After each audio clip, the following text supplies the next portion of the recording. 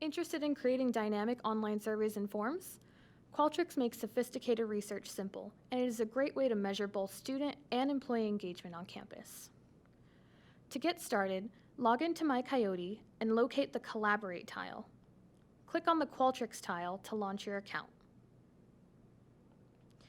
If this is your first time logging into your account, you will need to agree to the terms before you're able to begin creating projects.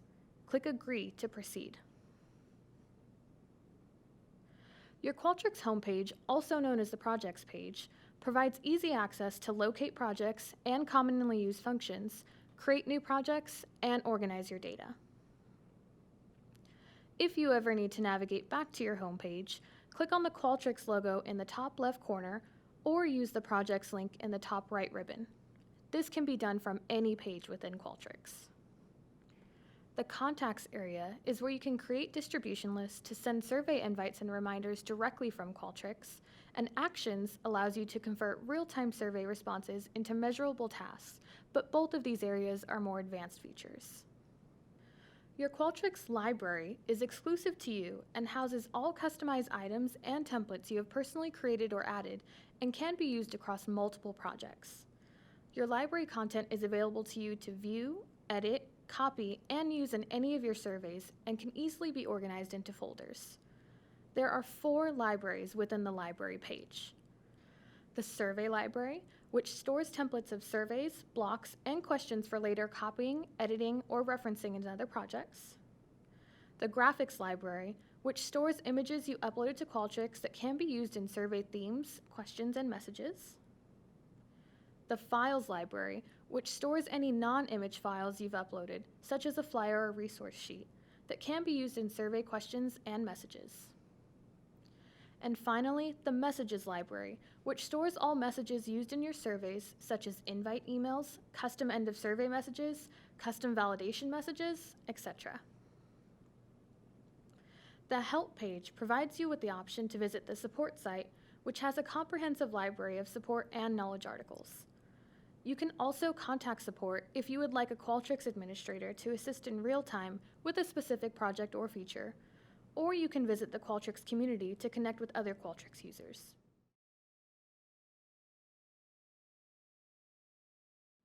The Folders pop-out menu is a great way to organize your projects. You can add a new folder by clicking on the link at the top of the menu and manage current folders by hovering over the title and clicking on the gear icon. Here, you can rename the folder, add a subfolder, or delete the folder entirely. Please note, deleting the folder will only remove the folder. The contained projects will not be deleted, but instead move to your uncategorized folder. Any projects you have been asked to collaborate on can be found in a Shared With Me subfolder named after the individual who shared the project with you. You can access the project from here, or click and drag them into another folder in your library if you would like to organize your content by topic. Within each folder, you can manage your projects and display settings. If needed, change the folder view by clicking on each of the column headers. To open a project, simply click on the title. Or, if you would like to access quick actions, click on the ellipses to find more commonly used functions for each project. To begin a new project, click the Create a New Project button in the top right corner, then click Survey under the Create Your Own section.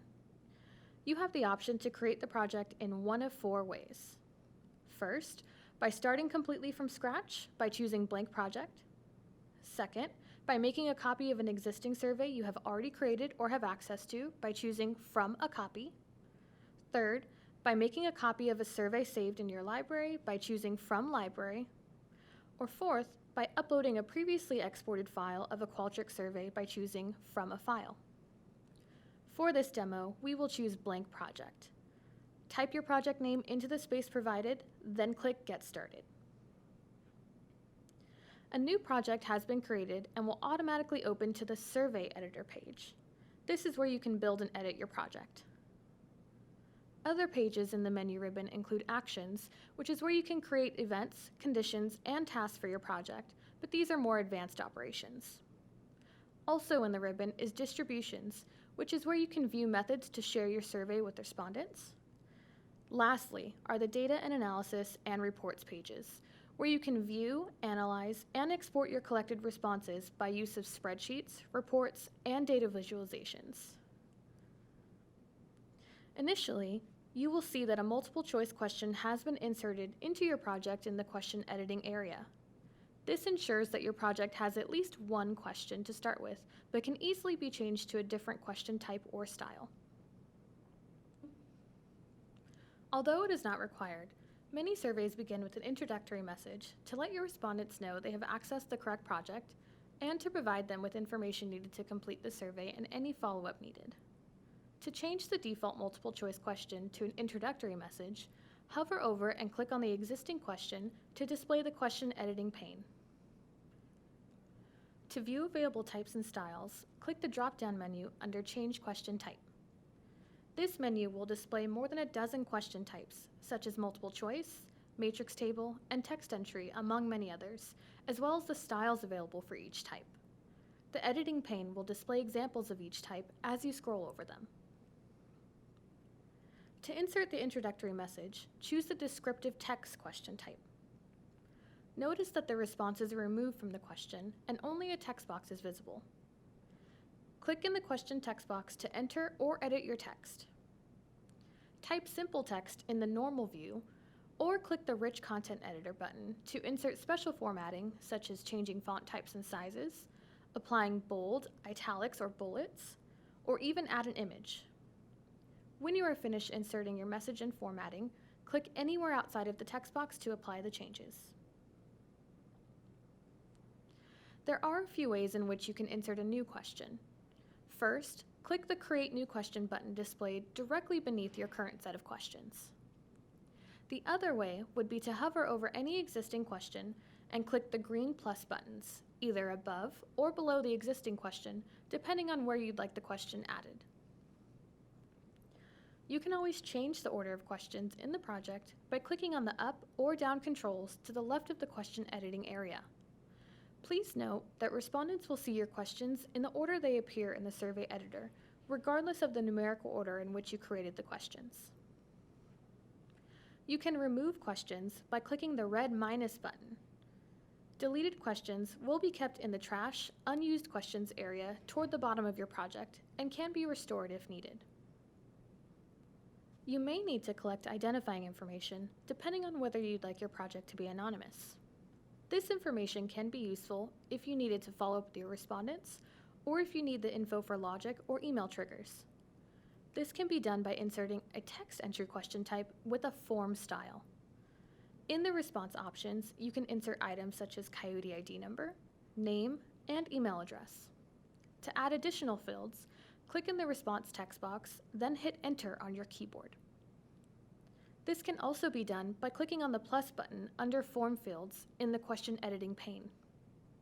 To expand the size of a text entry box, click and drag the edges of the text box. This question, or any other question really, may be essential to your data collection. If you would like to ensure that your respondent provides information to a specific question, you can apply a validation option from the question editing pane. Choose Force Response if you want to require a respondent to answer the questions before being able to continue. Choose Request Response to prompt the respondent to answer the question, but allow them to skip past it if they desire. If you would like to limit the amount of scrolling your respondent will have to do throughout the project, you can always separate your content with a page break. When this is applied, your respondent will have to click the Next button to continue viewing the questions. To insert a break, select the question you'd like the page break to occur after, then select Add a Page Break under Actions in the question editing pane. When applied correctly, you will see a dotted line displayed under the question that reads Page Break. Similar to questions, you can always move the page break if you want the order changed by clicking the up or down controls on the left-hand side. Another great feature available is automatic choices. This is great when building multiple choice questions and you need to insert commonly used choices or standardized scales. It's also a great time saver. To apply these pre-built scales, insert a multiple choice question into your project and select the Automatic Choices checkbox found toward the top of the question editing pane. Then click on the drop-down menu to view available scales. click on one to apply it to your question. Additional customizations and settings for your survey can be found in the toolbar above the question editing area. The toolbar features help you to manage your survey's design options, security settings, and logic structures. It also allows you to preview and publish your project. Look and Feel allows you to customize the project with items such as themes, custom colors and logos, headers and footers, and backgrounds. Your project will be created with the default static theme, which is consistent with CSUSB's branded logo and colors.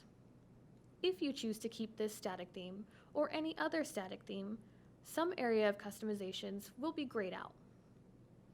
In order to have the full capability to each menu, choose a dynamic theme and apply your desired customizations in each area. Click Save to apply your changes. Survey Flow allows you to view and edit your logic structures, but is more of an advanced feature. As you begin to design more intricate projects, you may want to explore this area further. Survey Options displays a number of general settings that will affect your respondent's experience and access capabilities. This may include turning on the back button, displaying a custom end of survey message, and setting a time frame in which your survey will be open for responses. You can also find security settings in this menu where you can enable password protection and prevent respondents from submitting the form more than once. Apply your desired settings, then click Save. The Tools menu contains a variety of advanced features, such as triggers and quotas. These options can be used once you become more familiar with Qualtrics, but one great feature I'd like to highlight is the Collaborate tool. This allows you to share your project with another individual, and you can grant them certain permissions in which they can contribute to your project. To add someone as a collaborator, begin by typing their name or email address into the space provided. Once you locate the appropriate person on the list, click on their name, then select Add. Insert an optional custom message to be included in the automated email invite this person will receive, then click OK. Check or uncheck each box under the set permissions you'd like to grant this person, then click Save. If you ever need to remove access, click the red minus button displayed to the right of the permissions list. Make sure to click Save to apply the changes. Preview allows you to view and experience the project just as your respondents will, and will give you both a desktop and mobile view. This is a great way to take a look at your text and image displays, look for errors, test your logic and validation, and any other items you inserted into your project. Think of it as a spell check for your entire project. To go back to the survey editing page, simply close the Preview tab. When you have finished building and testing your project, you can publish it to begin collecting responses. Click the Publish button to begin. Qualtrics will run an expert review, which is an analysis that checks for survey errors and ways in which to improve the user experience. Check for and make any recommended changes, then click Publish again when you're ready. This will activate your survey and generate a reusable, anonymous link that can be distributed to your audience. Other means of sharing your survey, such as invite emails, social media links, and QR codes, can be found under the Distributions page. This concludes the Qualtrics Basics overview. Thank you for your participation. If you would like to explore more training on Qualtrics, visit the ITS Training Services webpage at csusb.edu/ITS/training. Here, you can view other online offerings, as well as register for upcoming live sessions. You can also reach the ITS Training Services team by emailing itstrainingservices@csusb.edu or by calling 909-537-7425.